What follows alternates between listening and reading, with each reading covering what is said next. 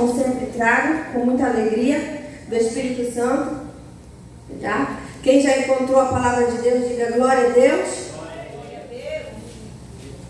Então vamos ler a palavra do Senhor, Provérbios 13, que diz assim: o filho sábio ouve a correção do pai, mas o escarnecedor não ouve a repreensão. Entenderam todos a palavra de Deus? O filho sábio ouve a correção do pai. Nós já fomos filhos. Um dia, será que a gente ouviu a correção do pai quando ele disse para mim: não faz isso, não faz isso, tu vai te dar mal, essa escolha está errada, essa escolha você está certa, faça e você não fez? Ou se você foi escarnecedor, você não ouviu seu pai. Então hoje nós não temos que ser pais tolos, dizendo assim: meu filho não me obedece, e eu obedeci a meu pai.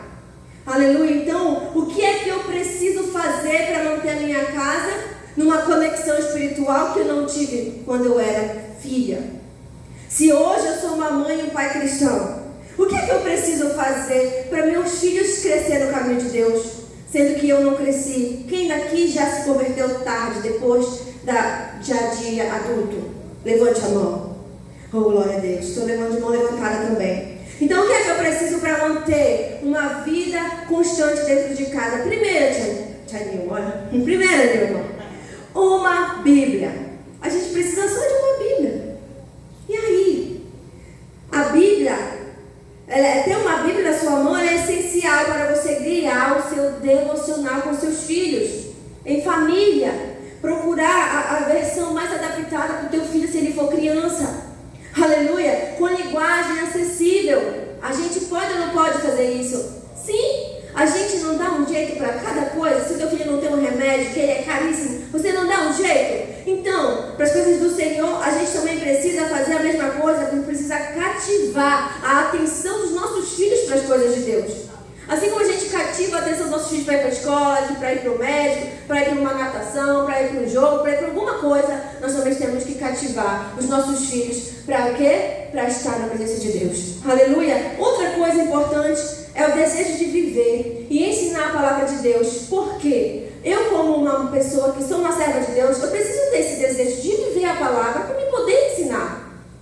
Como é que eu posso ensinar algo que não tem dentro do meu coração? Que eu mesmo não tenho desejo de aprender. Como é que eu vou ensinar algo tão importante se dentro de mim não tem essa palavra que é importante? Então seja exemplo vivo, como sempre a gente fala aqui. Nós temos que ser exemplo vivo de fé dentro da nossa casa. Transmitir para os nossos filhos, viver os princípios bíblicos no nosso dia a dia, para que os nossos filhos estejam dispostos à experiência da fé que nós partilhemos para eles e repassar para os outros, para os seus filhos e netos. Aleluia? Então, força de vontade, paz, força de vontade. Não deixe o inimigo te vencer. Por quê? Porque os nossos filhos não querem. E ele não faz e pronto, e você aceita. Nós aceitamos isso. O diabo ele entrou dentro do nosso lar, criou nossos filhos debaixo dos nossos olhos. E nós somos servos de Deus. Nós precisamos o quê? Usar autoridade. Ontem mesmo usei autoridade, expulsei o mal de dentro do meu lar, na vida da minha filha. Falei, vai fazer atividade sim. Já era para te ter mandado essa atividade. O que está acontecendo? Será que as coisas do mundo são mais importantes que as coisas de Deus? O que a gente ensina para os nossos filhos? Que ele ame mais o mundo ou mais as coisas do Senhor? Que eles se preocupem em apresentar a atividade da escola, por causa se não perde ponto. Se a gente se preocupa com o nosso filho para ele se apresentar bem em outro lugar, e na casa do Senhor não? Não, o diabo ele não pode vencer dentro da nossa casa. Nós temos que compartilhar, ter força de vontade. Força de vontade para o quê? Para ver os nossos filhos de pé, ser constante com eles, tornar a vida espiritual deles tão importante quanto as outras coisas da vida. Os cuidados da vida, irmãos, são importantes. É importante trabalhar, é importante comer, é importante se cuidar, mas é importante, muito mais ainda, cuidar da vida espiritual, como foi falado logo no início a palavra de Deus. Então, é muito importante a vida espiritual dos nossos filhos. E se a gente não faz um devocional dentro da nossa casa com os nossos filhos, que é devocional é oração. É você sentar, ler a palavra. Nunca é tarde para você começar a fazer isso.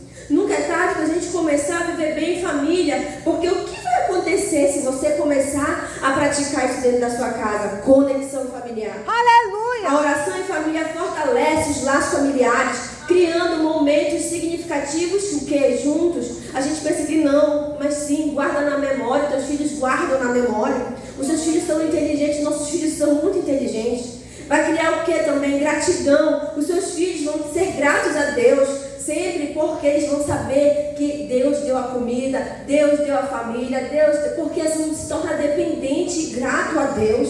Através da oração, a nossa vida ela vai mudando. Você vai incentivando o seu filho a crescer com Deus. E quando o seu filho estiver aqui na igreja, ele só vai o quê? Externar o que ele aprendeu. Aleluia. Você é o discipulador do seu filho.